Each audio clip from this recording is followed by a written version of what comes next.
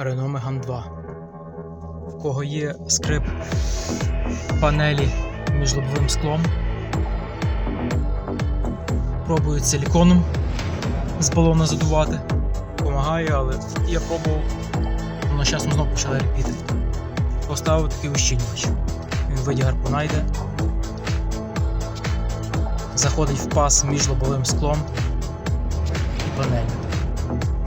Також в цю панель зразу сховав кабель від камери. Він пішов попід панель. В цьому місці він вийшов, просто не видно зараз. Кинув його поза бокову стойку, через дах до зеркала. Сам ущільнювач заходить в паз,